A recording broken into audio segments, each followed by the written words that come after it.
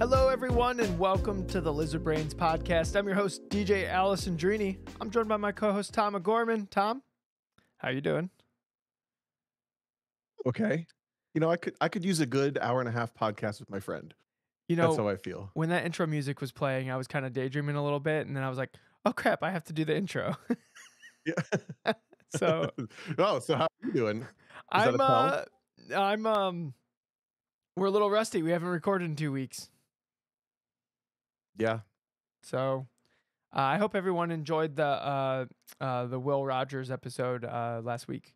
I think he had an interesting take on wheel-to-wheel He was so honest. interactions. I appreciated how honest he was, even though he was saying things that he knew were maybe like could get him some backlash. I don't know, some backlash for just the way he talked about even the stock car stuff. And I really It appreciated makes sense, though. Like I didn't know. Go ahead. Oh, I was gonna say it makes sense. Like those oval guys, like it's literally how they race each other. So it kind of makes sense. Like if you aren't racing a little elbows out in oval stuff, you probably just get bullied around and just like you probably just fall because like once you're out of sync, then you probably just fall a ton of spots. So yeah, so you Spoken like a Max fan. so you have to be the bully or you're gonna get bullied. I saw this really interesting video this week that helped me out with, you know, just kind of world outlook, but I think it pertains to racing. And I think it actually might be the perfect racecraft rule. If you could write as black and white a rule as possible. I already texted you about the video, but it's another one of those Veritasium videos Yeah. that I'm like, apparently he's like our third host, basically. He just doesn't know it. But it was about how it's basically mathematically proven that it pays off to be nice. But there's some caveats to that. And they tested it with this big simulation about essentially it paid off. It paid different levels to agree and disagree to split money with another person. And you could kind of sabotage them by disagreeing, and you would get more if they also disagreed. And you know, they built this little system that would reward reward agreement or disagreement in certain ways, right? Am I describing this okay? So if both parties agreed, you'd get $3. If one party agreed or was friendly, and then the other one was not friendly, the friendly person would get $0, and the not friendly person would get $5. But if both people were not friendly, the reward would only be $1 each. So right. all these like computer programmers are tasked with like coming up with like the most effective strategy to net the most amount of points when they play against all the other strategies of everyone else. And by and large, the strategies that were forgiving and were kind were the most successful strategies. But they were retaliatory. So they would, if you disagreed with them when they tried to agree with you and you cost them money, the most successful one would always retaliate once, but then go back to agreeing. So it was like an eye for an eye kind of thing. Yeah. And I feel like that's basically NASCAR racecraft rules, but that's generally where racecraft rules, like mostly race how you want to be raced, like be kind, if you get wronged, forgiving. But if you get wronged, like if everybody raced that way and nobody really wanted to be the first one to dish it out, that's where it goes wrong, right? So the one that is the most successful, the algorithm that's most successful, where it always agrees, is the one that always agrees, but it retaliates a 1-for-1. So if you do it wrong, it'll retaliate once and do you wrong. If that gets into the pattern where both are going to always do that, you see what I'm saying? Like this one disagrees because the other one disagreed, but then they're one-upping each other and one-upping each other, one-upping each other. They make, like, it goes way worse. And then if they do it twice and they just consistently disagree, that's like the worst way to win. It's like a war. Yeah. Yeah. And it was really eye-opening to me because it was also like, okay, there's confirmation that it's worth being agreeable. It's worth being this, that, and the other, but also like, don't be a pushover. You know what the most interesting thing, guys, if look up Game Theory Veritasium if you want to watch this video. I highly suggest it. Seriously, those Veritasium videos just change the way I like think about life all the time. It's actually, those videos are super legit. Yeah. The most interesting thing about the most successful strategy So it would add up all the scores that it got during competing against all the other strategies. It would never win in the individual battles, but it would get the highest scores. So when all the other strategies were added up, it would be at the top.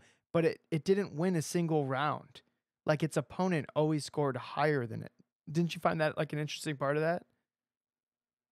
I don't remember the detail of that part of the video. Because it gets wronged once while it's being agreeable, so the other strategy gets more points right off the bat. And then it's just retaliatory after that and will err on the side of nice. So there are strategies that can take advantage of it. But those strategies that take advantage of it get into basically like a fight with other strategies, and then they score so low that in the Right. overall leaderboard, they don't like it. It's not a net gain for it to be that aggressive. So in the game of life, you don't always win every battle, but if you're nice and forgiving, but you retaliate when people pick on you, you're going to win the war. So That's what the takeaway is, right? well, so this game theory thing, it came about because they were trying to figure out the Oh, optimal okay. strategy for avoiding nuclear warfare, Tom. So I don't know. I don't know how much it actually comes Well, I'm into talking play. about the game of life. You ever played that game? No, No, I'm I kidding. don't think I have actually. I used to play with that game because it had cars and it had kind of a track. So I would go to my grandma's house and get that game so I could play with race cars on the track. Tom's just driving the Literally, car yeah. around, yeah. Yeah. It's So like, I don't know how to play this game, but it's got a racetrack. but yeah, that was an interesting video. I enjoyed watching that. I remember watching that. I think it's like a year old. I remember watching that like a year ago because I watch all the Veritasium videos that come out, even like the Yeah. potentially boring math ones, but then they're like still like way more interesting than they should be. So He loses me pretty quick on most videos, but these big thinking like cerebral ones I really enjoy. like the riddles and stuff like that, you're like you're into it.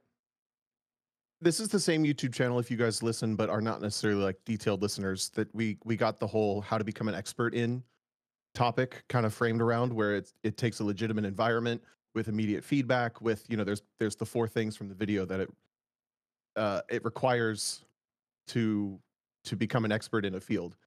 So it's just like those types of videos, I guess, Yeah. get me a little bit more. Yeah. Yep. Yeah. So guys, check out check out that YouTube channel if you haven't already. It's like actually good. But we also, to your point about Will, we haven't talked in like 2 weeks. So how was your week? So right after we recorded that, I went to VIR to coach, which was my first time ever just like traveling somewhere to coach somebody over the course of a couple days. I've done plenty of iRacing coaching. I've coached and helped people when I'm already at the racetrack to be like, hey, can you look at my video? And I'll just like charge them a little bit, and I'm already there. So it's like relatively easy. But this was the first time that I was hired to actually go somewhere and do it. And Tom, not to toot my own horn, but I think, you know what's cool? Okay, hold on. Tangent. This is DJ Tired Brain. So buckle in, everyone. I think it's such a cool like aspect of my motorsports journey where sim racing was always like the thing where I like cut my teeth on it. Like when it came to driving and racing and racecraft and stuff like that, I cut my teeth on sim racing, and then it applied so well to real life. And then this was the first time where I'm like, okay, I'm in charge of video, I'm in charge of the laptop and the squiggly lines, and like this is, and I do this in iRacing all the time. But this was the first time where I had I would dude, I was legit. I like plugged right in. It was I felt like I did such a good job. And the things that we were working on were kind of abstract. It wasn't just lap time. Is the stuff that we're working on. The gentleman that I was working with, he didn't like how quickly he came up to speed on racetracks. He thought he came up to speed too slowly. So like that's the thing that we were working on throughout the weekend. We were like trying to figure out different approaches to how to come up to speed quickly. And I'm gonna find. I gave him a little on his last session. They were 30-minute sessions. I like wrote up like a little report. So I thought if I referred to that, I would remember more vividly since it was 2 weeks ago. While you're looking for that, the driver that you were coaching is a way higher level driver than a lot of the listeners would probably realize. So to your point, yes, what you were working on, no matter what, really was going to end up being a challenge. So I'm glad that it felt like plug and play, ready to go. When you texted me, I I can do this. At the end of it, I was like, Yeah, hell yeah. Okay, did you find dude, it? it honestly went so well. So, um, so I'm just gonna read through the notes that I wrote for the client to focus on. And these were the kind of just the reoccurring things and like the low hanging fruit and stuff that I think if this driver focuses on these things, it's going to see huge gains and just be just a much more formidable opponent. And like Tom said, this guy's like super. This guy, I don't want to out him too much, but this is one of the people that when I first started autocrossing, I would see them driving, and I thought, oh my god, I have to get good at this. Like I want to drive like they do, right? So like this, he's multiple national champions, like bunch of track records, like he's just this guy is like captain like continuous improvement. So I was really honored to Like like that. to like be part of that process, right? All right. So my first one thing that we kept working on a lot was I wrote continue to manipulate the shape of the corner to optimize how far we were able to carry the brakes in to the point we were gassing up and leaving the corner. We can change the shape with how much we brake during each phase of the corner / when we turn in / when we get on power. So that was a thing that we got to play with a lot because we got to do VIR Grand Course. So there's just a lot, and there's like how often do you get to drive the Grand Course? So there's a lot of corners that were kind of weird, and Yeah. where like especially the corner called Bitch, where it is like where you're turning off of the back straight. That was a very interesting corner because it's kind of a weird shape, and like to carry the brakes far into that. And we were driving a Porsche, so like you need the weight on the front, or like the car's literally not going to do anything that you want it to do. So dude, honestly, I think Porsches make great learning tools because it really teaches good fundamentals of like, because when you do it wrong, like the car lets you know. So Would you you're saying agree? everyone should start on Porsches instead of Yeah, Miatas? guys, Miatas not always the answer. Just saying. Oh, I'm basically like full Porsche bro by now. I literally bought a Porsche hat, Tom. I was gonna ask where your hat is. Still It in the hasn't mail, shown huh? up yet. I could check the tracking. Maybe it'll show up tomorrow. But so manipulating the shapes of corners to keep the weight on the nose. What's up? Oh, sorry, go ahead. Okay. Um, so and then this was probably the biggest thing of coming up to speed. So it was gathering repeat. These are the things I want them to focus on. Gathering repeatable behaviors of the car and incorporating that into our laps. Using that information to help alleviate anxiety of quote unquote something bad happening. When something happens that we don't expect, analyze what happened, try to understand it, add that into our knowledge of behaviors of the car / quirks about the track. Everything should be repeatable. If it doesn't seem repeatable, something else is happening. So, uh, we were braking at the 4 on for the 1, and it wasn't until I took the car out for some laps where the driver was like, I don't know, I like because one time he broke at the 4 and and went off and won. And it's like, well, we've been braking at the 4 all day. Like, what happened? And we were thinking, oh, maybe it was something weird, ABS, something weird like that. So I went out and I broke at the 4, and then I instantly knew what was happening because I almost went off at 1, and I didn't think this would happen on like floating rotors with like a one-piece caliper. We were getting crazy amounts of pad knockback. So you would go to hit the brakes, and we're going 150, 160 miles an hour. So at 160 miles an hour, a tenth of a second is 23 feet. Mm-hmm. So if you go to hit the brakes and the pads are pushed away from the rotor, and then you hit the brakes and it happens a tenth of a second later, that's you driving off the edge of the track and looking like a dope, right? 23 feet. Did the brake feel okay, or was it like you should have noticed the pedal was going soft, meaning It's like not biting? It's not that the pedal went soft. It's just that it had way longer traveled till you finally got the brake pad. So, but the symptom was translated to the driver. He just didn't pick it up.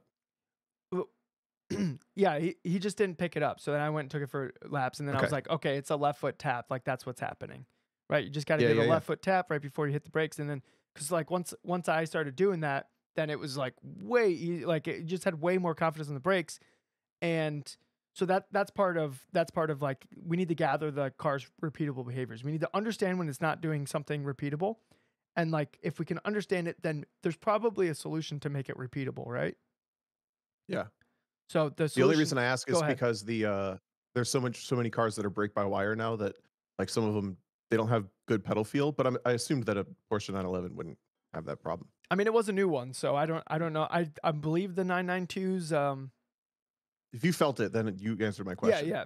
I mean, look, a brake tap like fixed it, and you would feel it. You would feel like, and you could tell it was like different corners of the car, like would catch the brake pads first, and then the ABS was in kind of like disarray, and it was really unnerving in Mhm. the car. But like as I was driving away from one after barely keeping it on the racetrack, I was like, okay, what was that? That was super weird. That didn't happen in the previous lap, and maybe it just had something to do with the curbing at like VIR or whatever. I don't know. I don't know what it was, but I tell you what, the next time I'm driving a car that's worth two of my houses, I think I'm just gonna do left foot taps on the brakes before I get to braking zones when I'm going 160 miles an hour. Yeah, dude, they're built in for me. I can't not do it. Yeah, no, That and it's heel gonna. towing. If you ever drive an auto blip car, have you driven many auto blip cars yet? Yeah, I thought I would struggle with that, but the moment you're just like on the brake and just like pumping the clutch as you're just moving an H pattern, you never look back. I still struggle with it. There's a video of me driving the professional awesome Evo that's like they put a foot cam in the car for something and it has an auto blip and you can see it like every fiber of my being trying to keep my foot on the pedal like cuz I want to roll it over to the blip so bad but I'm like I know I don't have to Yeah, but you can yeah, see me like twitch to do it. Stupid. Well, that's cool. So it was a successful coaching. Oh, yeah. you have more. Well, yeah, I had more. So, one thing Yeah, go for it. was dialing in the braking zones to help build comfort with the car. So, the quicker we dial in those braking zones, the quicker the shape of the corner will come about. So just really like just being really really active, like on outlap. Um, every single time we come to that corner, we should be reacting to our previous feedback from the previous lap or the previous time that we were in that corner. So that Can was one of can them. I Go ahead. can I challenge you to put more words behind shape of the corner? Because that one Ooh, always catches me off guard, but I know you well enough now that I know what you mean. shape of the But I had to corner. learn what you meant. Like with fluffing, I had to learn what you meant. Yeah, I'm trying to think of. Uh, It's the shape of the line through the corner. yeah, That's what but you mean. like it's so like I guess so. I guess when I say shape of the corner, I'm glad you asked this, Tom. I guess when I'm saying shape of the corner, like that includes where all the inputs happen, where turn in happens, like the how quickly you're pulling speed out of the car. Um, all these things influence. Like if you were to look from above and you were like a paint can was tipped over off the back of your car and it was drawing a line exactly where your car was, we should be manipulating the shape that we end up drawing with that paint bucket laying on the back and like drizzling paint on the ground, like wherever our car was. We should we should be drawing a shape that makes it where we can keep the weight on the front until we have to leave the corner. So and there's probably like I'm sure there's a bunch of corners where there's like a bunch of different ways to do that objective, but at the end of the day, leaving the weight on the front of the car until it's time to leave the corner is the objective. If at any point you've hit the brakes and the shape of the corner requires you to just sit there and wait to be pointed at exit and go, then like there's some optimization in there somewhere. So that's what I'm saying. Like you're drawing the correct shape of the corner. The correct shape of the corner is the optimal shape where one, the entry doesn't take it takes the least amount of time, and two, the weight is being used appropriately to give the end of the car that's doing the most amount of work the most amount of traction. Okay, I follow that. So it's basically a combination in your mind of the line and the trajectory the car is traveling mixed with the weight and momentum that's required to maximize the speed on that trajectory. Yeah, yeah, That's like exactly. you're drawing shapes with that combo of like placement on the track and weight travel. I wish, dude, this is such a graphic design niche thing, but anybody who's played with like Adobe Illustrator, I do a lot of our graphic stuff for this, so I like had to self-learn on Illustrator for some stuff a long time ago. And there's this tool, like the pen tool. So you draw this straight line, picture a straight line, and if you were to put a point in the middle of it, and you pull that point one way or the other, the line, because it's fixed on either end, you can bend it into all these different shapes, Dude. but it's got this push and pull to it that helps you like you can't make a change on one end of the line without it affecting the other end between its two fixed points, right? That's kind Yeah, of what I'm picturing dude, when you're talking about this. honestly, that would be such a great teaching tool. You could pull up the track on Google Maps and then like just take a screenshot of it, and then you could like zoom in on Illustrator. You could draw the line from the entry of the corner to the exit, and then you would just grab the middle and like manipulate the shape of the corner to like illustrate a point if you're explaining Yep. something to somebody. I'm gonna have to incorporate that into my sim training. I never thought about that. But yeah, that would If totally I was a work. little more prepared, I could pull it up and show you, but I used to use it for designing these like pre-event coaching guides, and I would draw like the ideal line on the track from an overhead Google Maps shot, like just like you just said. And I noticed when I was playing with it, that's what made me think of it, that if I would always start by drawing my entry and exit point like on the driving line, and then I would add these little waypoints in the middle and drag it to create the shape that I wanted. That's Joel, probably exactly why I thought of that. Joel said it's the spline tool. Sure. It's got a little pen logo. That's all I know it as. Joel, does the spline tool have a little pen logo? Don't prove me wrong if I'm not thinking of the right thing. Just let me be right. Joel, don't tell him. Joel, don't answer that question. I'll delete it if you do. He's answering. Oh no. Tom's about to unravel. Okay, I think that's a really good way to verbalize when you say shape. Yeah. The implied weight and momentum behind how you're verbalizing that helps me understand what you're saying exactly Okay, cool. when you say it.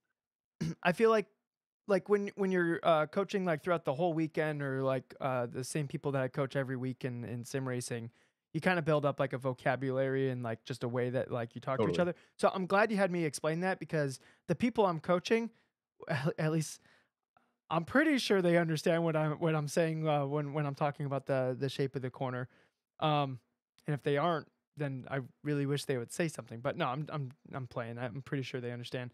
But you build up like a vocabulary with them, and like we'll have conversations about the shape of the corner or whatever. Like I remember I did a couple laps in the 992, and I was like critiquing my own lap. Like, okay, so you see how like the car's at the limit, and then I had to like like the car's not at the limit right at apex, because if I kept it at the limit, I would have drove through the grass. Right. And it's like, okay, so, and I'd be like quizzing. I'd be like, all right, so what did I need to do differently? Like, I think the shape of the corner was right. It's the shape was just in the wrong spot. Like, what do I need to do differently? Right? What would I do differently, Tom? You were following along. Boom. You would carry a little more speed in. Yeah. Well, you brake a little later, right? Yeah. Yeah. Because you just push the shape like a little farther down the track. Oh, I missed the apex. Brake a little earlier. Well, I see, but from what you said, I can't tell you that you should brake later, because sometimes you can't brake later. Sometimes you pull off the brake earlier. That's true, depending on the corner. Yeah. Because yeah. So you need to carry up to that point with more speed. That's all I meant.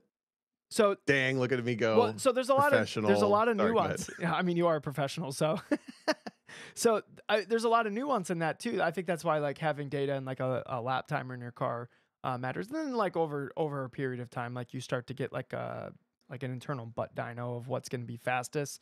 Like for instance, like a bad habit that I'm sure both of us see a lot is when somebody's on the brakes, they kind of like move away from the edge of the track toward the apex, and then they turn into the corner.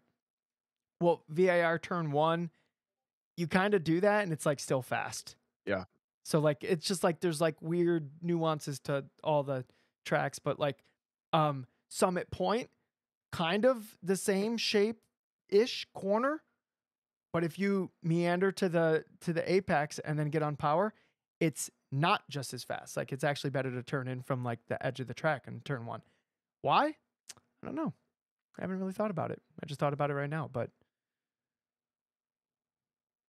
Different elevation, different space. I don't know. No two corners are perfectly the same. VIR is a little off camber on exit. VIR is uphill into the entry, and then it's slightly off camber into the corner, and then it's increasing radius, but increasingly off camber as you accelerate off. Yeah, and then Whereas Summit Point is like flat downhill all the way to the entry. Yep. Kind of levels out. Have you been there yet? Yeah, you've been there. Yeah, I did comp school. So there's just, I don't know. It's like the smallest nuance would make the track feel completely different. But when you're driving it, like it's just kind of, you just know. I don't know how you know. I feel like that makes us terrible teachers at this. I think it's like a feel. It's a feel. It's like the feel of weight around the car. Like if the weight feels messy or not efficient, then there's something you could change to try to make the weight feel more efficient. That's probably the best way. Are you trying to figure out why you're trying to verbalize why it is different? Yeah. Like we know that it's different, but how do we know it? Oh, I mean, for me, VIR, you always have to get on throttle so late because of how the terrain changes. And even though it's increasing radius, it drives super narrow and it drives like you're going to fall off the outside, even when you're like pinned to the inside, right? And you have that's my experience with that track. You have the immediate left right after it. So if you're way hustled to the left, you don't like it kind of sets you a little bit behind to get ready for NASCAR Ben. Right, but all those circumstances mean that you end up late on throttle no matter how fast or slow your entry is. Like you have to wait to get to the power. Yeah. For most cars. Yep. So you might as well carry it as far into the entry as possible. Which, yeah, to me, that means you can carry more entry speed, but you can also cheat the entry line to shallow it up a little bit to enter more diagonally across the track from an earlier turn-in point. Versus Summit Point, like, you don't necessarily have to wait as long, or it doesn't pay. I don't know. The only time I've driven Summit Point, though, was in that ZR1 for one lap. And I did have to diamond turn one off pretty bad because it had no lateral grip. So I was, like, braking as long as possible and then, like, spending as little time transitioning the weight to the back of the car so I could just get accelerating forward again. Yeah. That's all I could do. I don't know. Damn, that car was so fun there. That thing was like a bull in a china shop. I miss that car. Yeah? You want one? I mean, yeah, someday I'd love to have a C7 ZR1, but I live in my world, not Steve's world. Oh, we got to come back to the real world? Yep. Oh, that is a bummer. So coaching went super well, and I feel capable, which is a good feeling to come away with. So, that driver, he was practicing a little bit on iRacing before, and then when he got back, he was like, "I'm gonna do some iRacing," and he said he went 1.4 seconds faster when he sat down on the sim when he got home. So that's actually quite a crazy improvement. Though I will say there's a caveat. I always go faster on the sim if I just immediately drove that racetrack. I don't know why. It's like you understand a little bit more nuance, like there's things in the sim that maybe you don't feel in sim, but in real life you feel it. So then you have like better muscle memory coming back in. I'm feeling pretty removed from sim racing, so I can't remember how I felt. I can remember the feeling of wanting to sim race when I left events that didn't go the way I wanted them to go. That's about all I can remember. You know what I always wanted, where I always want to sim race is after SEMA, because I just talk about driving and well, actually, okay, so guys, I went to SEMA for work, and this SEMA, I need SEMA stories. I don't know if there's gonna be that many SEMA stories. We had some crazy taxi drivers, a lot of strong opinions considering we just went through an election. So every Uber driver had a different opinion, and it was kind of wild. And I'm with all my coworkers, so we were all just sitting there, just shutting up because politics is a dangerous place in the workplace. So it was just like made way more awkward than it needs to be. So that was an interesting part of SEMA that hasn't existed before when I went to SEMA. But I had way more race car driver conversations at SEMA than I ever have. Normally, it's just car guy after car guy. I think everyone at SEMA is a podcast listener because they knew I didn't want to talk about cars.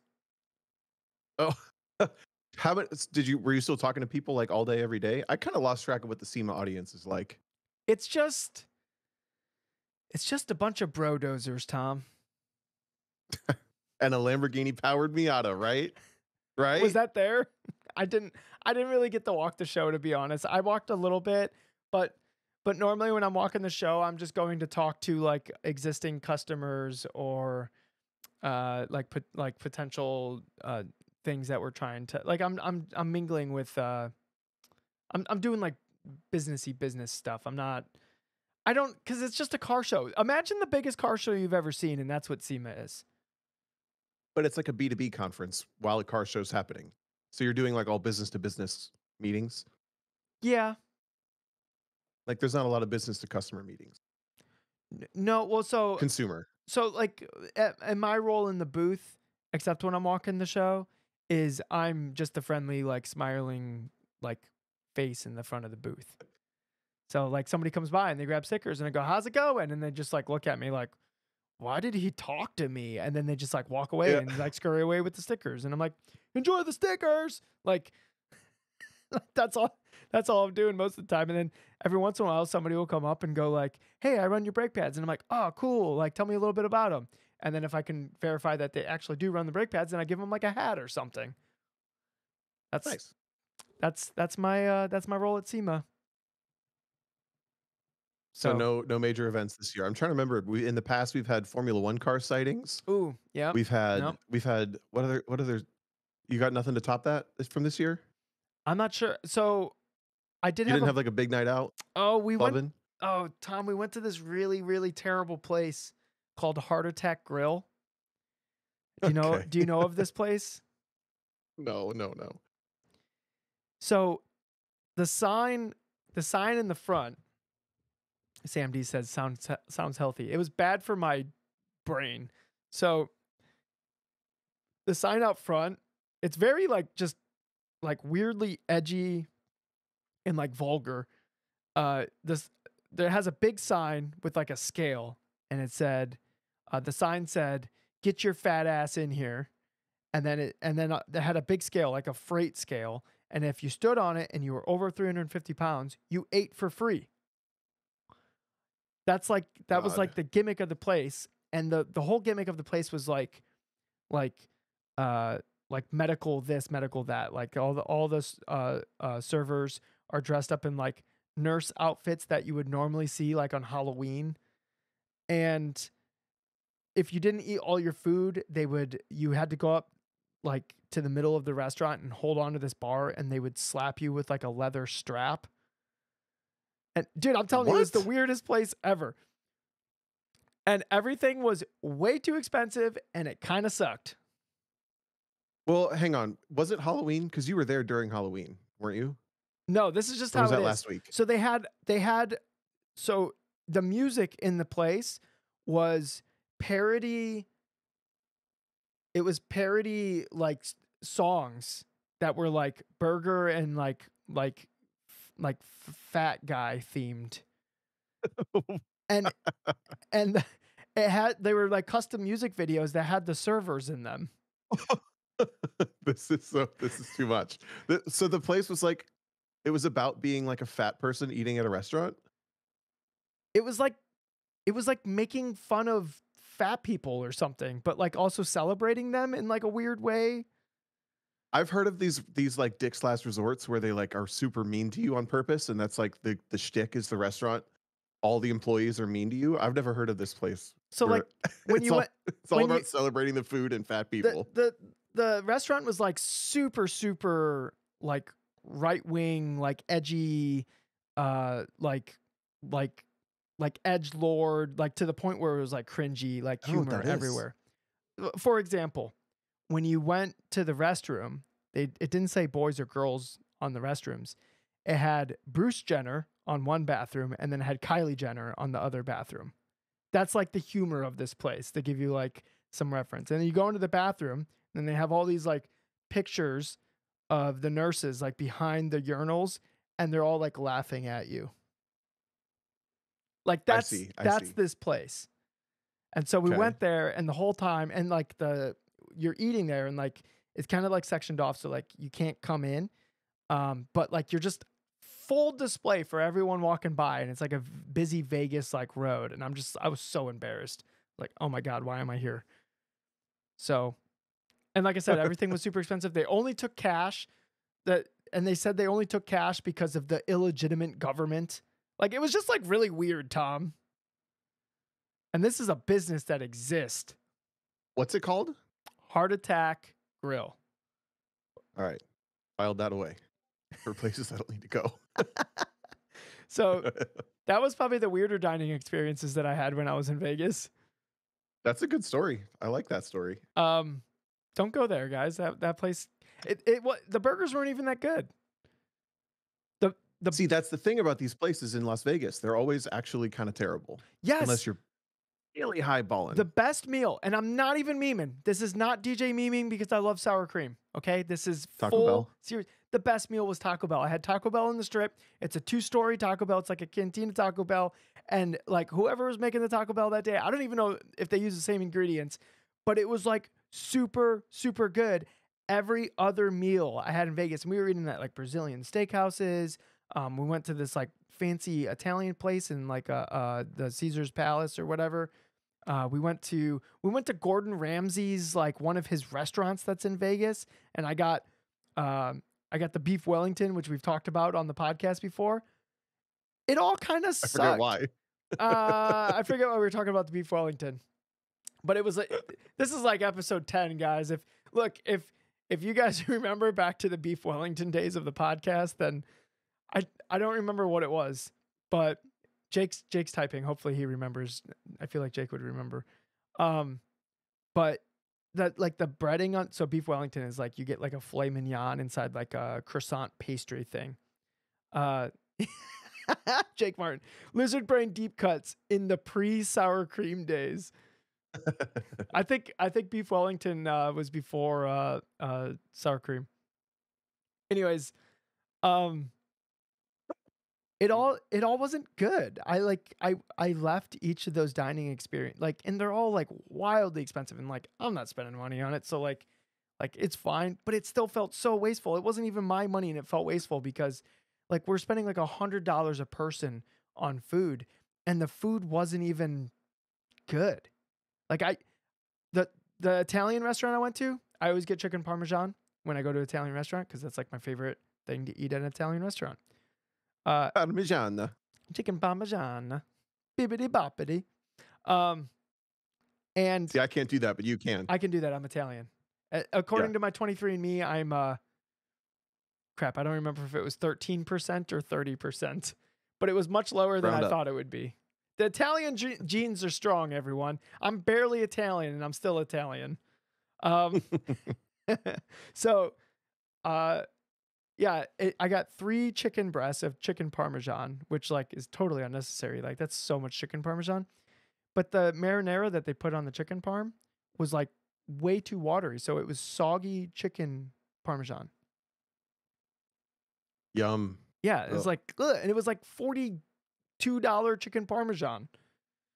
You know what? I've become a little bit of a Karen with these types of places, but only a little bit. So what I do is if they really blow me away when I'm traveling now, or if they really piss me off like that, I'm a 1 or 5 star reviewer on Google Maps now. It's either win or lose to Tom. It's a yes or no. Would I go there again? And I only do that. It's like a 5-star. We found this Greek place when I was up in Washington with Robert Thorne a couple months ago. That was incredible. Both of us are sitting there like, why is this place so good? Oh my God. And it was like just a little strip mall walk-in, like $8 for €1 kind of place. So I left him a 5-star. I'm like, if you're going to this area, like absolutely pick this place.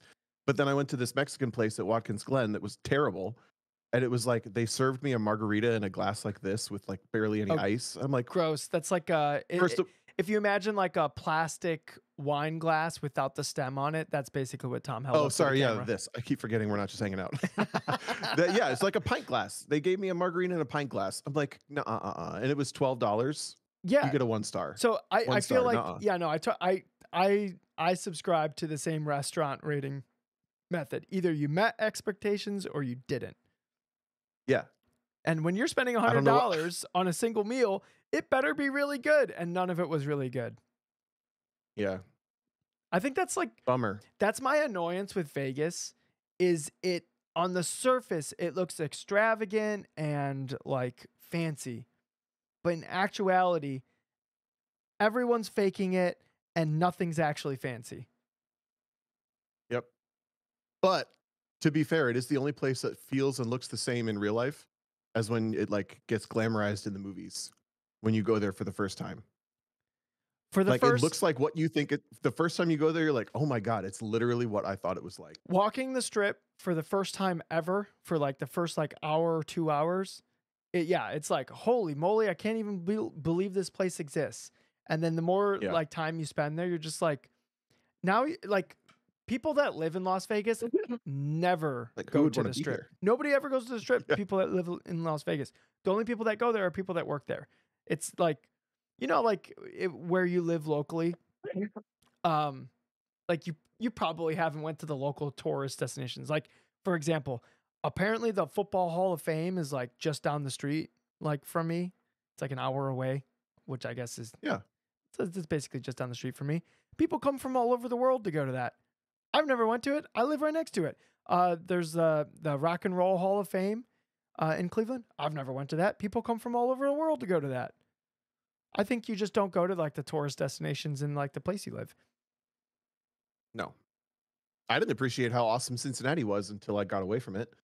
Like not only for location and ease of access to get to a bunch of stuff in the East Coast, but like it's got a pretty decent amount of culture and the food's pretty good and the people are fairly nice and there's like elevation and there's a river and there's lakes near it and like, oh, I never knew that this place was actually anything more than where I went to school as a kid and where my family lived Yeah.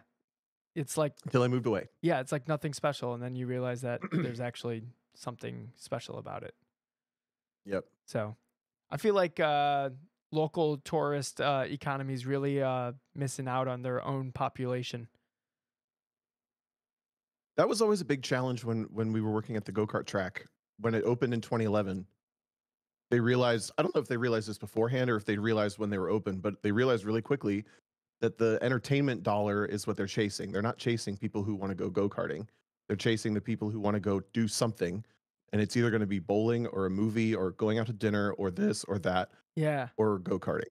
And getting people to pick the go-karting was like the task.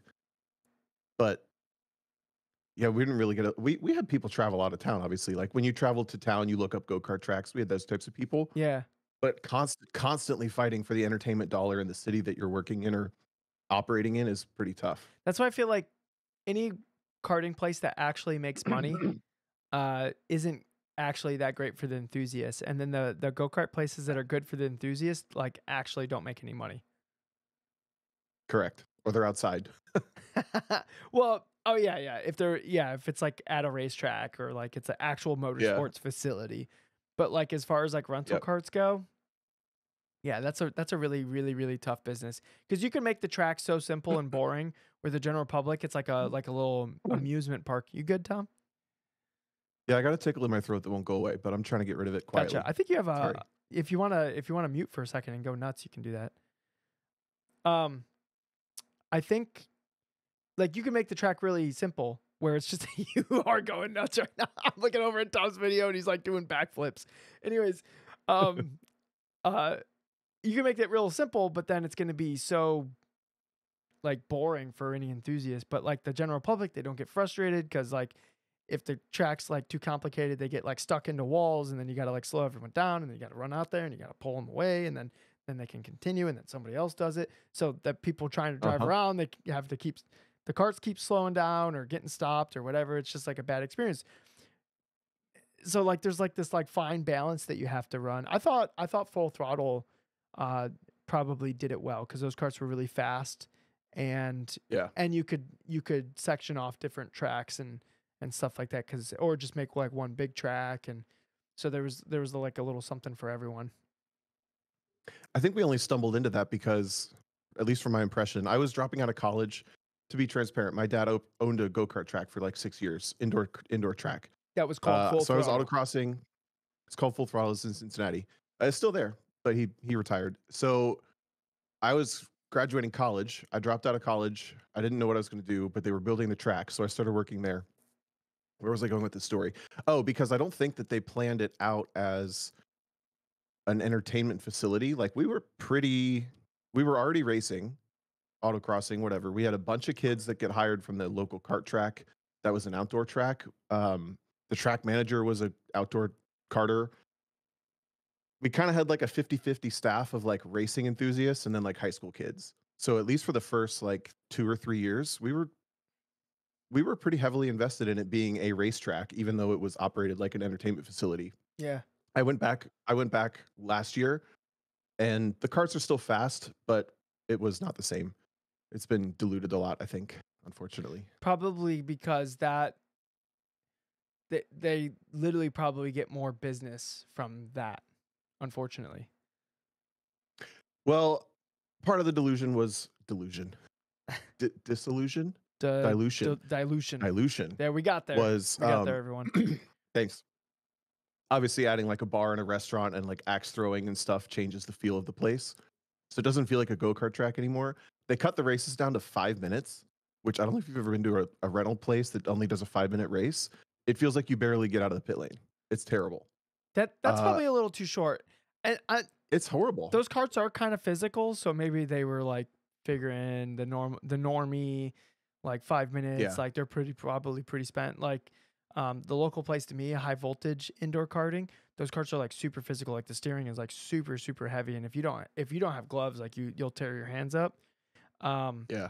And so, but they do 8 minutes, but I'm guessing that the general public is pretty whipped after like an 8-minute race. Like they might not even be like turning the wheel, especially if it's like some girl on like date night or something, and she can barely touch the steering wheel as it is. Like I'm betting like the normie is pretty whipped after driving it for 8 minutes. So I can kind of see that for the general public, but there's not really an option to like make it work for everyone.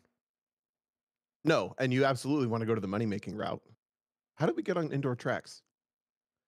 I don't remember, Tom. I don't remember. Oh, you brought up you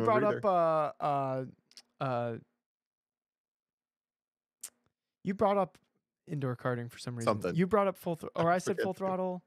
I don't know. We got here. Now we're here. There's no saving us. Yeah. Somebody in the chat save us. Jake Martin's coming in. Well, I didn't. Yeah. Jake's literally the best, dude. Attractions in your city. That's where we right, ended for up. enjoying cities. Thanks, Jake. Wow. Tom, what was this show like before we had a live audience? By the way, if you want to be part of the live audience, join our Discord, which will be a link in the description. We need to get all of our listeners into the Discord, because we're going to launch a campaign for Tom to drive a NAS truck. Tom doesn't know about it yet, but we're going to make it happen. Yep, he's plugging his ears. Guys, I was holding my ears, don't worry. I don't know if it'll be a t-shirt. It's like I got Tom in a NAS truck and all I got was this stupid t-shirt or something. Whatever it's going to be. Like we're going to try to make it work. So if you didn't listen to last week's episode, we talked about it with Will, and he said 20 grand and we could probably work with something, which probably means really limited tires, slower team, truck that's not as well engineered, all that stuff, right? When you put that price tag on it and you think about like, okay, if I had $20,000, what else would I do? It wouldn't be burn it in 3 days. I don't like, but I want to do it so bad. I can't. It's just the reality of like raising your own $20,000 just to burn it that fast. Here's the thing, though, Tom. I think enough people would want to see you on TV in a NAS truck, even if they just mention you once. Oh, we got Tom O'Gorman here. He's in a NAS truck, and then they like show you your little Tom O'Gorman head in there. We got a Lizard Brain sticker on the truck, right? I think there would be enough people, like at least 1,000 people that would chip in $20, and now all of a sudden you have that money.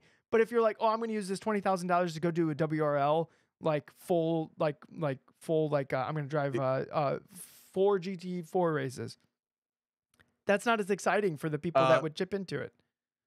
I think 20 grand is not even 2 weekends in WRL, unfortunately. That's so crazy.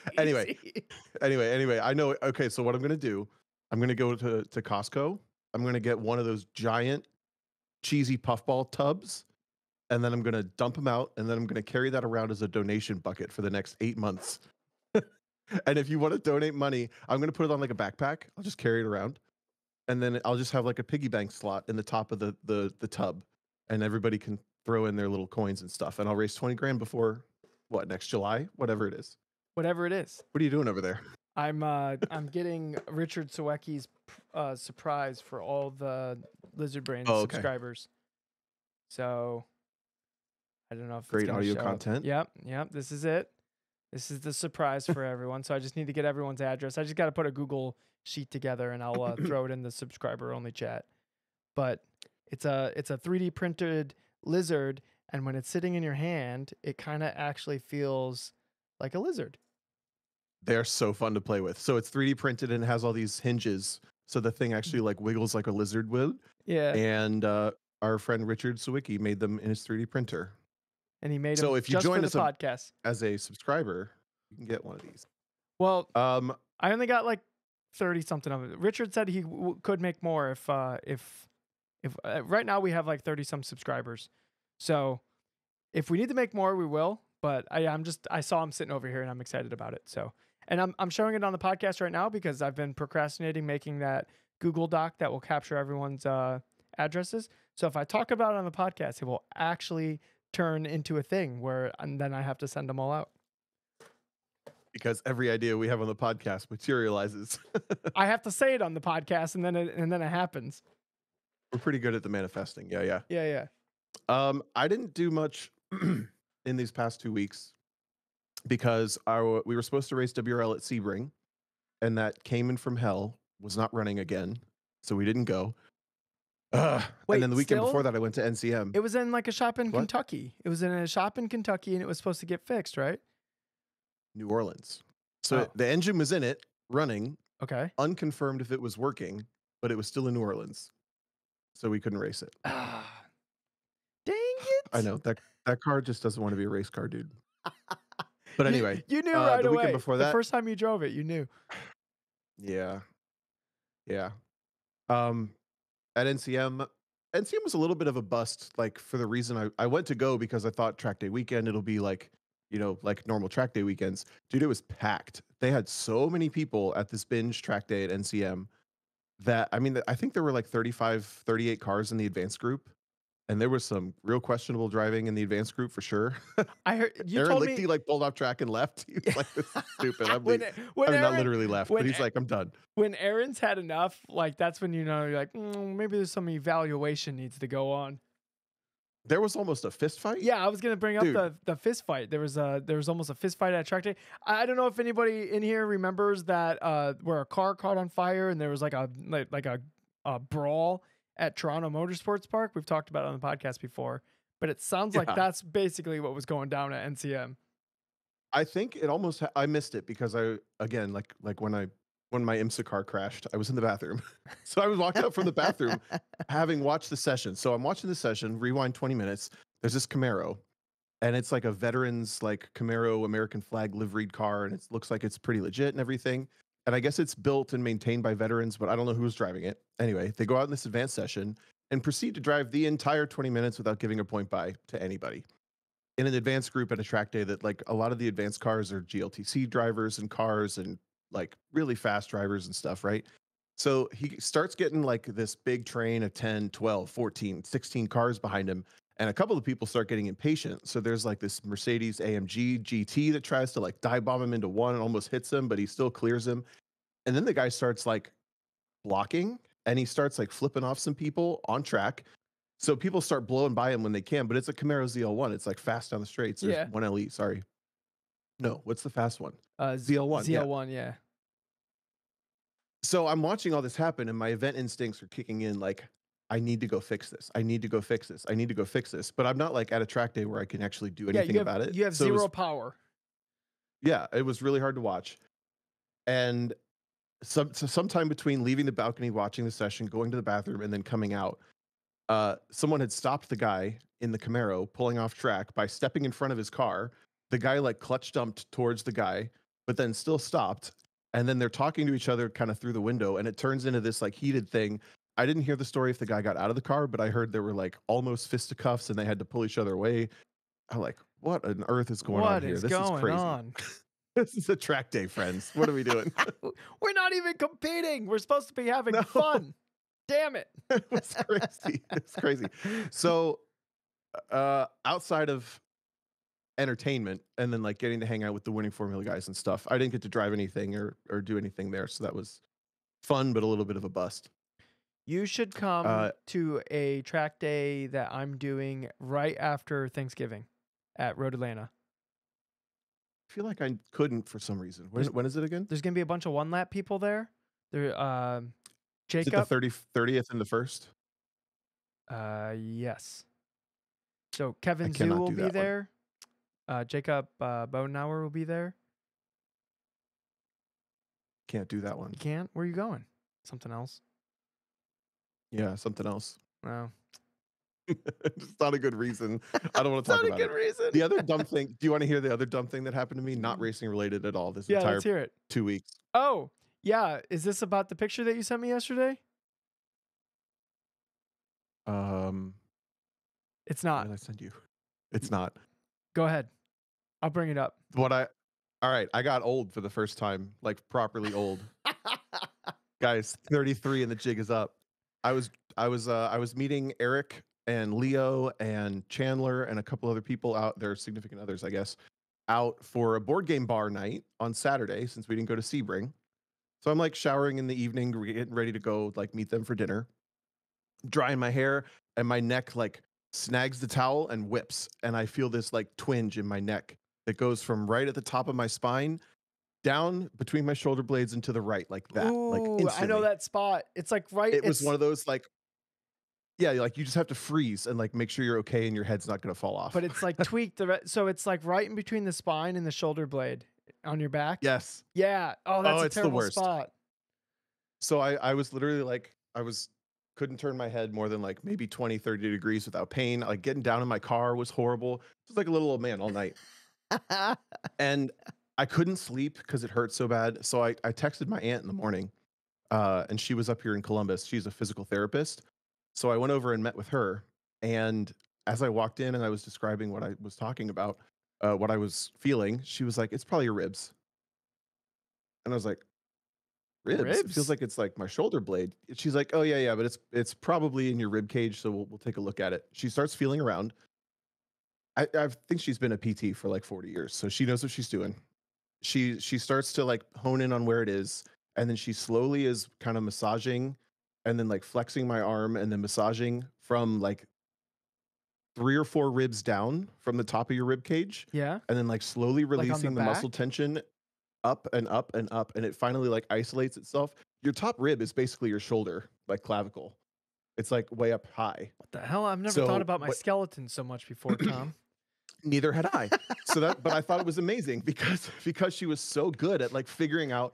And dude, when she was like honing in on where the tension was and like working it towards the top rib, where she assumed basically she thinks it's because I sleep like on my face with my right arm above my head. I do that all the time. So like this is constantly stretched.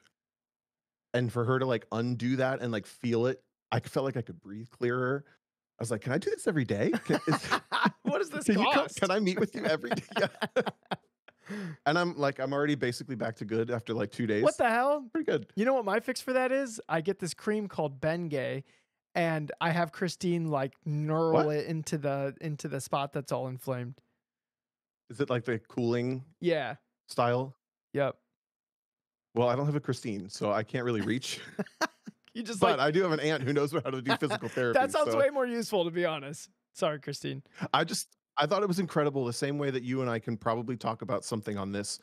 Earlier when we were talking about how would you fix this thing, and I said this is what I would do. Yeah. That probably blows somebody's mind at some point when they're driving career, right? Your aunt needs a podcast. And to watch my aunt, or to like literally feel my aunt like manipulate my body to undo the tension and muscle like pain and everything.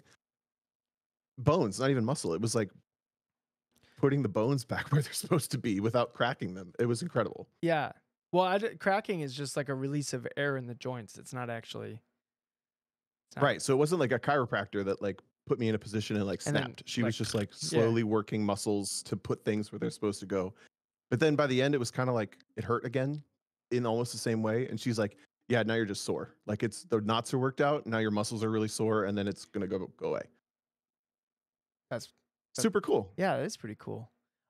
So you sent me a picture of a big dent in your car. Oh, I compartmentalized that away from Did you guys. I already? got rear-ended last night. I was gonna say, did you just forget about it?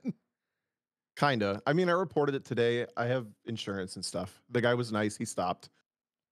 I guess I don't. There's not really a story there. I just got rear-ended, and my BRZ's hit now, and it sucks. Yeah, it sucks.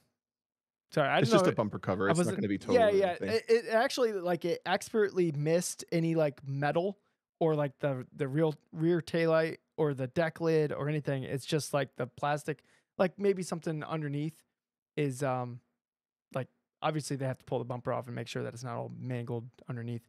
I've seen pictures of Miatas on like Facebook that had like a similar little like boop into the back, but the frame of the car was like smushed in, so like it was actually totaled.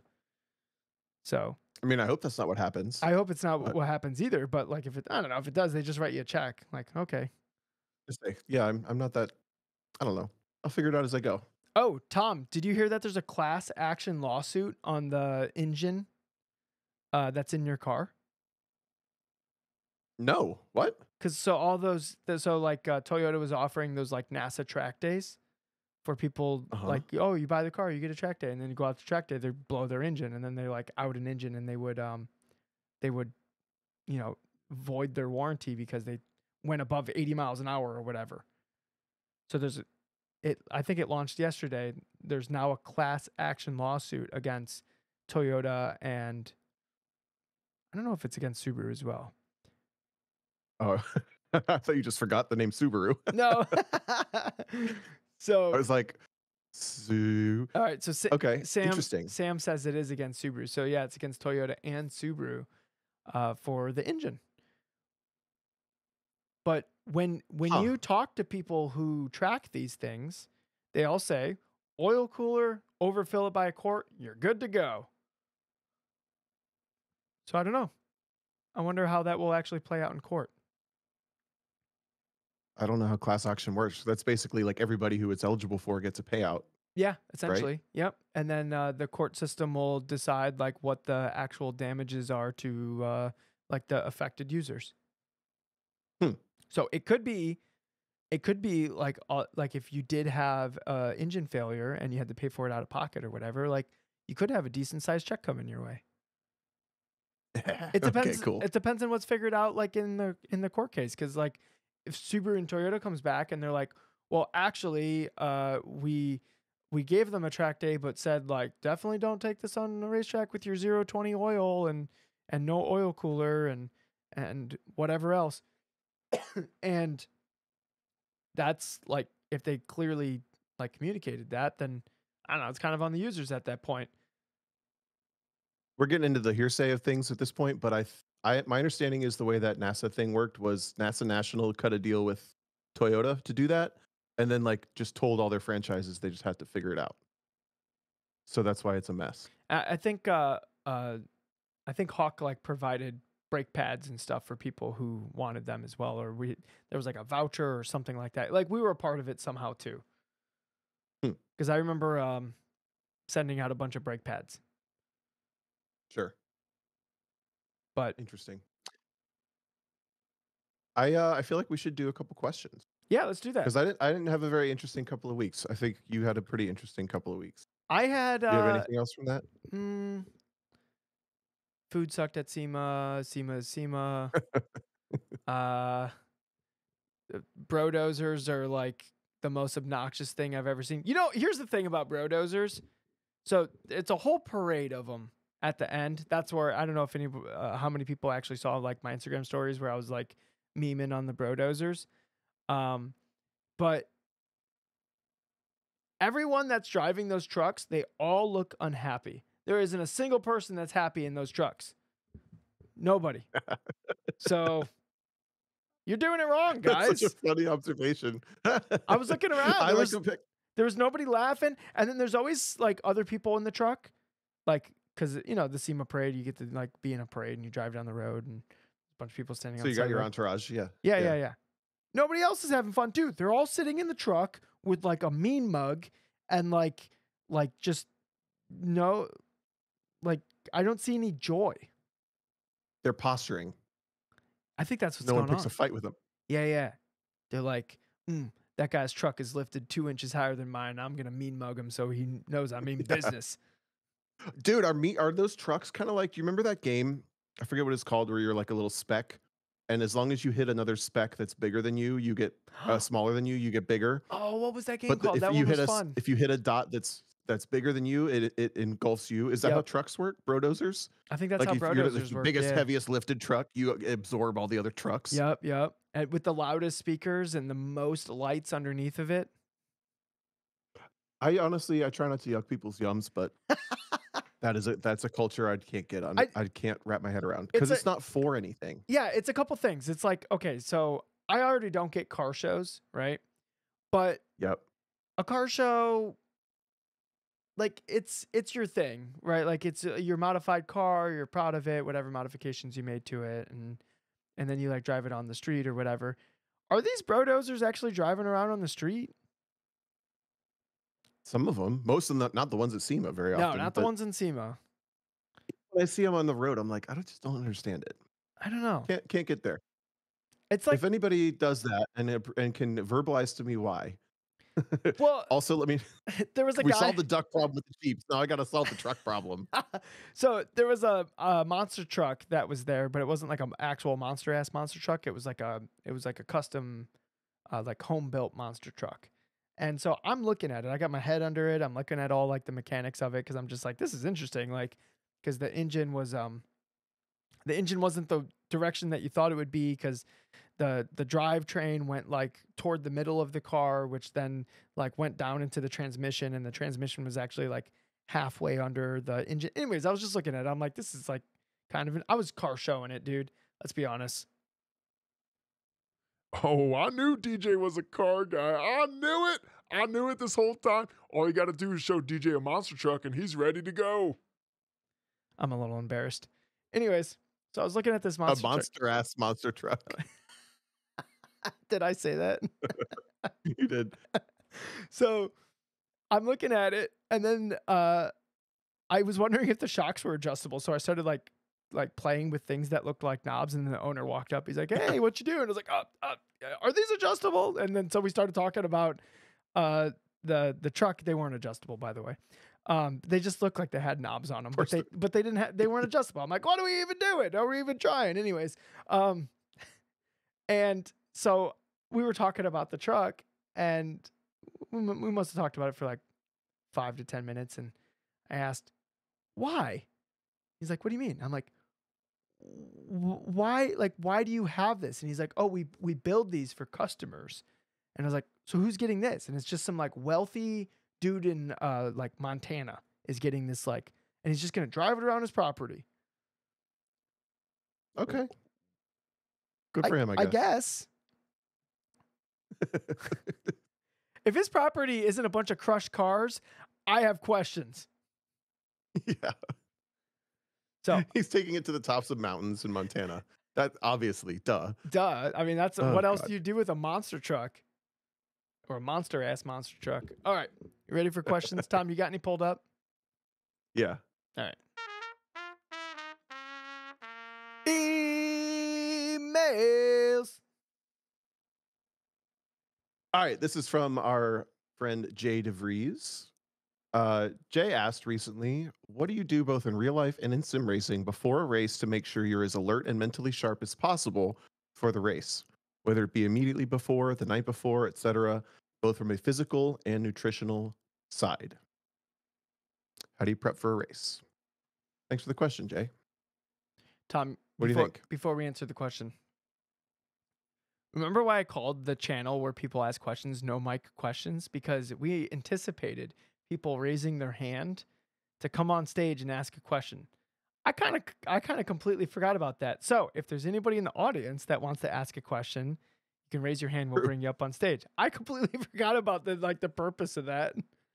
So, or if you want to be a nervous nerd about it, you can ask and then know my question, and then you get to hear Tom and I with our excellent reading skills read out the question. All right. Minimal stuttering on that one. That was pretty good. So, what do you do both in real life and sim racing to be as alert and mentally sharp as possible for a race? All right. I'm curious what your answer is, Tom. But what I know there's like a specific amount of caffeine where like peak DJ shows up. So I try to have like the caffeine level like correct for like whatever that time of day is. If it's later in the day, caffeine's not going to help. It's just going to make me jittery. But if it's like right in the morning, beginning of the day, in between 200, 300 milligrams of caffeine, I'm good. We're ready. If it's like right when I wake up, only like 100 milligrams of caffeine. I can't do too much too early, right? So you say 200 to 300? Yeah, like 100 right away, right when I wake up, and then like the next 200 like is kind of like sipped like throughout the day, and then it like cuts off around like noon to 1 o'clock. If it goes after that, then I start getting a little too jittery. Got it. Make sense? It does. So, one, that's gonna put me in a good spot just for like the focus wise. But he's asking, Jay's asking immediately before. I think about the task, like what I'm about to do. If it's a wheel-to-wheel race, then I think about like where am I on the grid? Am I gonna be inside, outside? Like who am I around? I like play the start in my head a bunch of times, like possible scenarios.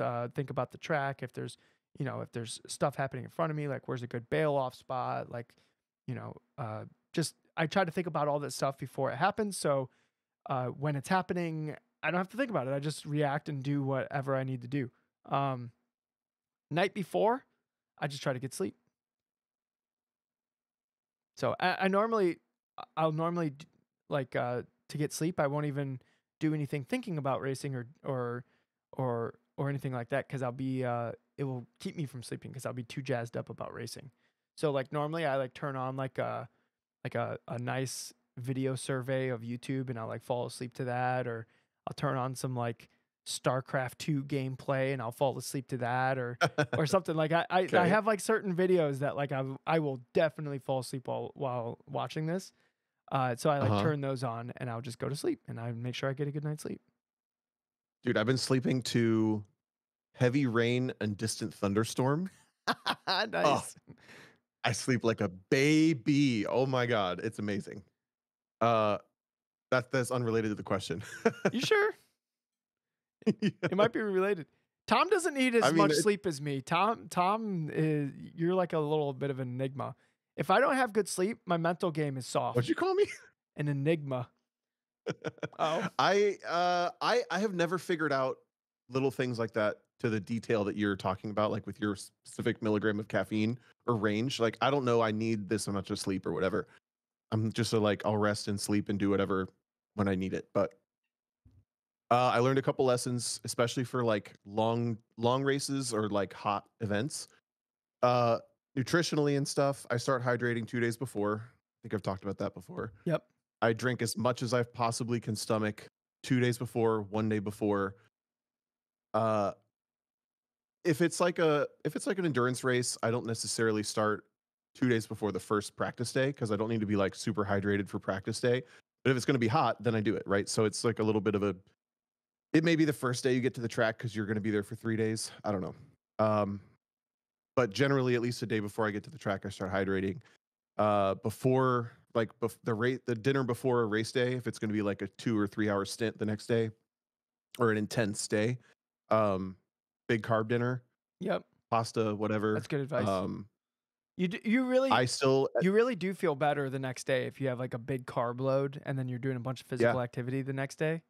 Yeah, that's actually. But this is stuff that you won't necessarily notice until you don't do it. Yeah. Like I won't notice these things until I don't do it. And I'm like, oh, I didn't have enough energy today, or I didn't have enough hydration today. Are there any other things? Oh, and if I'm doing multiple sessions in a day, or if it's like multiple stints, when I get out of the car, I always immediately hit like an electrolyte drink, just slam it all the way down, and then go right back to water at like normal intervals, whatever I want to drink. But if you're not hydrated like the morning of the race, you're too late. Like you need to be starting before that. Before I get in the car, I always want to be to the grid early if it's one of those style events. Um, get in the car late, and I try to do my like active mind work right after the session so that I don't have to think about much before the session. So like if it's a time-based event, like I've already thought about my lap, or I've already thought about the session kind of at the end of the previous one, other than a race where I do the same thing as you. I kind of have like a plan A, B, C for green flag, for strategy, for whatever the task at hand is. Yep. But I don't really overthink it. I'm pretty chill for it for a race day I or for like a mental game. I thought of something like for just like a race weekend or a competition weekend that I try to do, and I try to avoid cheap dopamine. So like any kind of like scrolling like Reels or TikTok or whatever like that. I generally try to avoid that stuff anyways. But definitely on like a competition race weekend, I don't want cheap dopamine. I want my dopamine coming from like literally the task at hand. I think I think cheap dopamine makes it harder to focus. So uh, if you stay away from it, then it's going to be much easier to focus on the stuff that you actually want to do and be able to focus on. I do think that if you're like a habitual scroller, I do think focus is harder to come by, just because you only have so much dopamine in your brain, and if you're spending it on stuff that you're really not paying all that much attention to, anyways, it's your brain is, I don't know if it's learning bad habits. Maybe it just has to do with the chemistry of like actually focusing on stuff. I'm not entirely sure why. I just find that I'm not able to lock in as well if I like if I woke up and like scrolled for like 10 minutes to like start the day. I just can't focus as well on stuff for the rest of the day if that's how it starts. So I try to stay away from that stuff on competition weekends. Interesting. I wonder what it is. I kind of have the opposite issue where I feel like I can't focus. The only task I've ever found where I don't have a problem focusing is driving. And that's even for road trips and stuff. Like my parents used to ask me when I was 17, 18 years old doing these like 10-hour road trips to autocrosses. They're like, "How do you do it?" Like, I don't I'm just I I've only ever had one scare of falling asleep. I don't get bored. I don't get tired. I'm just like, this is the task that I can do for endlessly, no problem. I mean, obviously I feel the same way where it's like the whole world disappears when you're driving the car, but Mhm. I feel like I'm more consistently able to like completely lock in where like it's the whole world doesn't exist and it feels like I can actually like feel the tires like they're a part of my body, right? Like where like where Yeah. you're just like super locked in. Uh I f- I think I'm Two here, two down there. yeah, you just like you just turn into a car like Yeah. Transformers, more of that meets the eye. And I turn into an FR. Chat. Tom turns into a Porsche. I turn into an FRS. It's really unfair. Um, No, I would be a Camaro. that's true. That's true. Duh. I turn into an FRS that's 10 horsepower down. Dang it. Better than the Fit. Yeah, that is true. Ooh. Um, so I just find that I'm less likely to like completely lock in, or like because Jay asked about sim racing as well. If I'm scrolling, like because sometimes you like I found myself sometimes where I'll have the phone in my hand, like in between quali and the race, and it's like I should just put it down and just like because this is like practice for me racing, and it's not like I'm gonna be sitting in the car on my phone right before like the green flag. So like I should be thinking about Yeah. like all the things I would think about in a real race, because when I'm on the sim rig, like I'm using that for practice for when I'm doing it for real. So I sometimes I have to remind myself like that's what I'm actually doing. And I think that helps is to remind myself that it's a tool. So I use it accordingly. It's not happy go fun time. It's time for DJ to try to get as good as he can get. Uh, Not happy go fun time. I like it, but it is. It's the Serious. happiest, funnest, goest time. It's the serious business which makes it happy go Okay. fun time. I had a little thing that happened over the last couple of years, specifically with ASM, that ended up being like a double-edged, really good thing, Okay. double-sided, really good thing. Okay, so I don't know why they let me do this, but they just let me play my music at the track. I don't know if it's just because I turn it on and no one says anything or what, but they let me play the music on the speakers or whatever. Yep. And I put my phone down and I put on a playlist that I know is going to last a couple hours. And then I walk away and my phone is DJing for everybody. And we have music that, at least personally, I want to be listening to. And then I'm not on my phone. Yeah. So it's bad for content because I'm not just whipping my phone out, like acting like an idiot on camera all the time. But I'm listening to my music that I like and all of my friends are around and I'm not on my phone because I'm DJing. Yeah. I'm Ewing. Yeah. Sometimes you just have to DJ. I think music actually is wildly underutilized at track events. I know it's just because space is big and speakers are hard to come by and travel with, but you know the thing that like you're secretly good at, Tom, is pairing your phone to whatever car you jump in. You do it so fast. I have to because I can't. I have to like Google how to do it. Every single car I jump into, and I'm like, well, how do I get my phone to connect to this one? And where's the phone button and the who's and what? And like Yeah. I still don't have my phone paired to the FRS that I bought. I paired to it, I think, last year when we co-drove it for like a day. I always want music playing and also impatient. So I like rush through figuring it out. Yeah, and I think you've probably figured out enough where now you know all like the intricacies and whatever. But yeah, you're super good at pairing. You guys, if you throw Tom in your car, just know his phone is paired to it. Before I move. I bet that C8 Z06 you drove for a couple laps at Autobahn, I bet you already had your phone paired to it. No, I wish. I wish. All right, should we do another one? Yeah. You have them up yet? I hope that helps, Jay. I don't know if that was super helpful, like ways to get focused before a session, but we've done some episodes on that. There's a focusing episode called Focus on Focusing that might help with that. Yeah, I honestly, I'm not focusing super well right now, so I don't remember what we talked about in the episode, but I do think that was do think that was an effective episode. Did you say you do have it up or no? Yeah, I have it up. Cool. This is a question for Carlton McCarguy. Says, what's your favorite car and why is it a Koenigsegg CC850? I don't even know what that is. Am I even a car guy?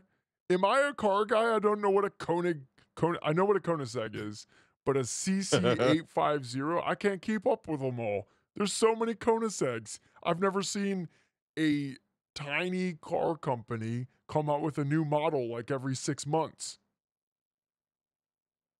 You want me to educate you? Yeah, sure. You gonna post a picture about it? I can. The Koenigsegg CC850 is one of few select mega cars. Whoa, it's a mega car. Okay, Sam posted a picture. It boasts a 1-to-1 power to weight ratio, weighing just 1,385 kilograms and producing 1,385 horsepower. I don't think that's the picture of that Sam. Sam posted a picture of like, it looks like a like a Leon Coupe or whatever, like in the chat. No, dude, that's a Dacia Sandero. How do you know what that is? How do you know what that is, Tom? It's just some European car. It's some European car that looks like it looks like a Pontiac Aztec basically, and Tom just knows what it is. Can you see the front license plate? It says Sandero. That could be where it's from. I don't know. Okay, so that word gave me away because there was a running bit on Top Gear. If you were a Top Gear kid, you would have known that. Okay. Dude, I just watched the last Grand Tour. Yeah. It was like the last time that Richard Hammond and Jeremy Clarkson and James May are working together. You know who these people are, I've right? heard a lot of people talk about this last episode. Is this something I need to watch? It probably wouldn't be as impactful to you, but I literally watched Top Gear from when I was able to understand how to find it in the TV guide when we got cable when I was like 13 years old. So I feel like that show is like massively instrumental to my attraction to this like car stuff. Yeah. And they're like watching their final episode and watching them just kind of emotionally be like, this is the last time we're going to work together doing this job that we've done.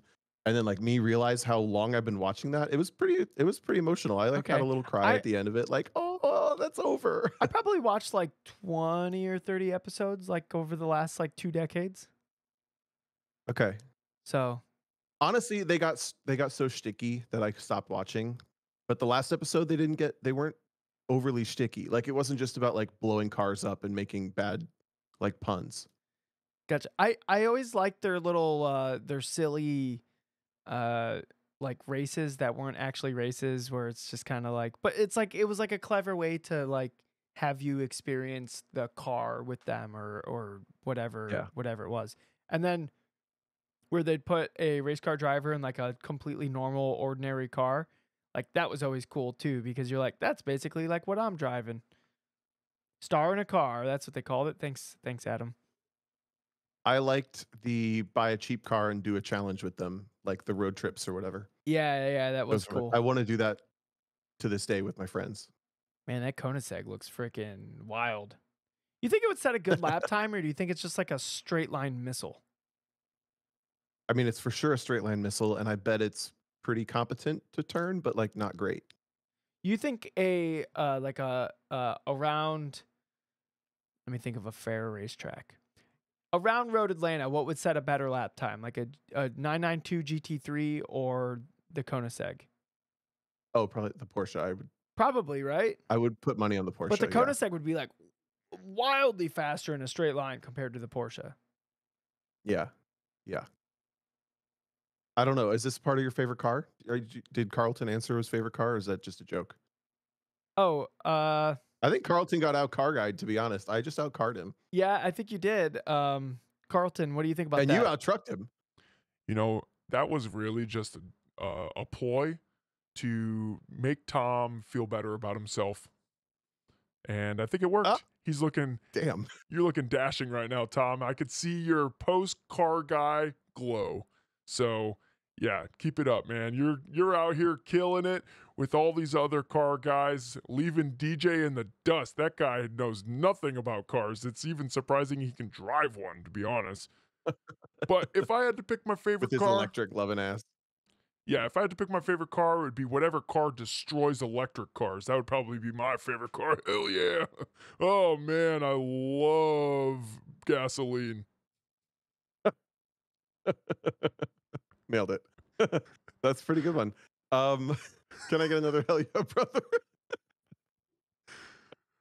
Hell yeah, brother. Great. I'm dying. I was starting to too. Oh, shit. I realized how ridiculous I was being, kid. I couldn't keep it together. Oh. Good giggle. How long have we been going? Should we do one more? Maybe a real question, or maybe we just end it. Wait, hang on. I'm gonna preface this because I actually want to talk about this. And Matt Busby asked a really good question that kind of leapfrogs into this. So this is going to be, let's say this is going to be a future topic within the next 2 to 3 weeks. But I want to hear the people who listen to this episode tell me what your answer to this question is too, because I think we can talk about this pretty interesting, or have an interesting conversation. Matt Busby asked, what defines a good race organization versus a bad race organization? What are things that you look for in successful events? Okay. So we know Matt's a track manager, but yeah, I think that's a really, I have things to answer right away, but I think it's a longer conversation. Go ahead. So I would really like the listeners' feedback on this. So when you're including your feedback on that, it's not just like sanctioning bodies. Like we're talking like track day orgs, local regions, stuff like that. Like what separates like the good from the bad, in your opinion? I do think this could be a good topic. So yeah, let's have that be a topic in the near future. Partially because I can't remember if it was 2 weeks ago or 3 weeks ago, the episode we talked about the organizers going to the drivers and asking them what they wanted. Yeah.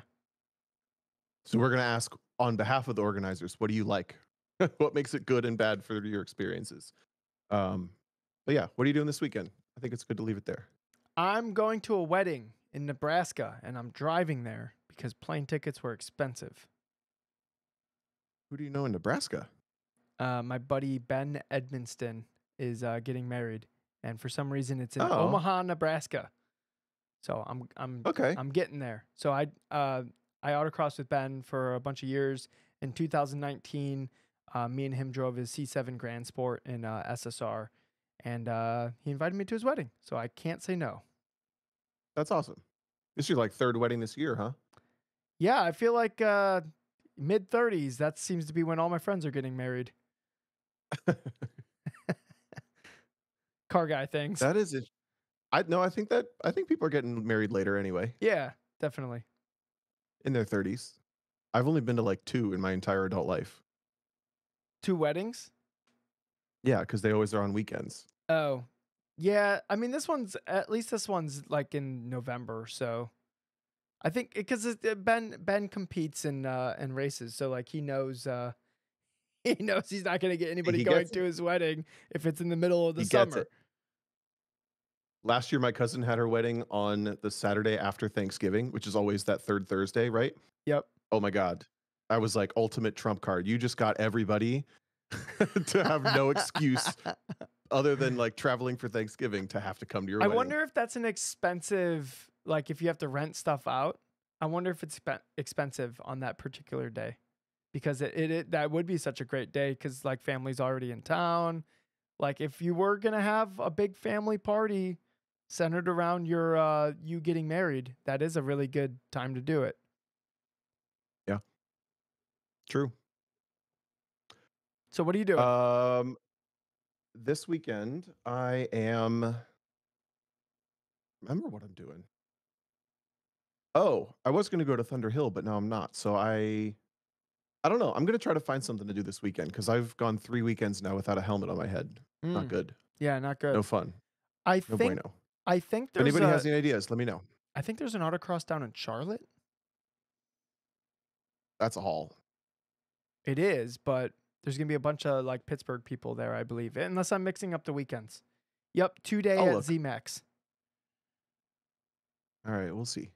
That's probably where I'd be going if I wasn't going to a wedding. Yeah. So I might do that. I will consider it. Okay. 2 days is 2-day event's actually a bigger sell. Sam asked if I would drive his cart. Honestly, I'm not that interested.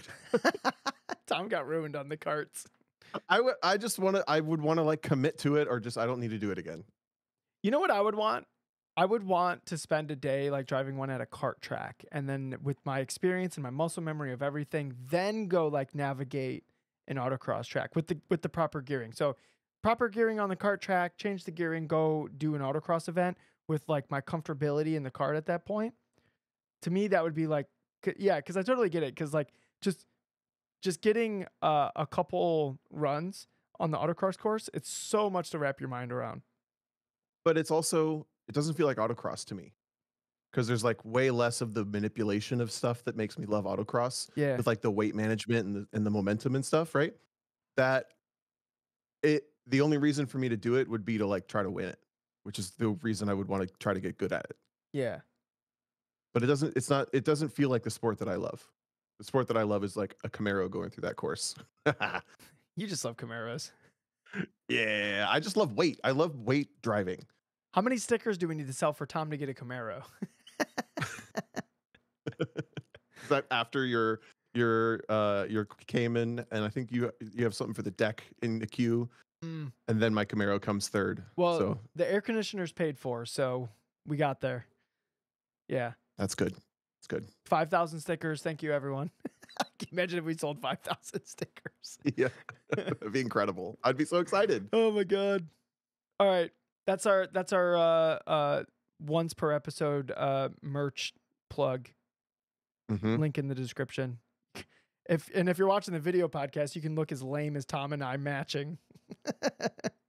So before I was looking real quick to end the show, it looks like I have a different blue than you do on the print. Your letters are different. The letters should be purple. They are purple. I think my camera coloring is not picking it up. But anyway, if you want to be able to match this conversation, you can buy our merch. Yeah. Anyway. All right. Should I click the outro button, Tom? Yeah. I didn't think about it again, but hey, just in general, this has been a stressful week for a lot of people. And It would help me to hear this. I love my hair and I hope I win.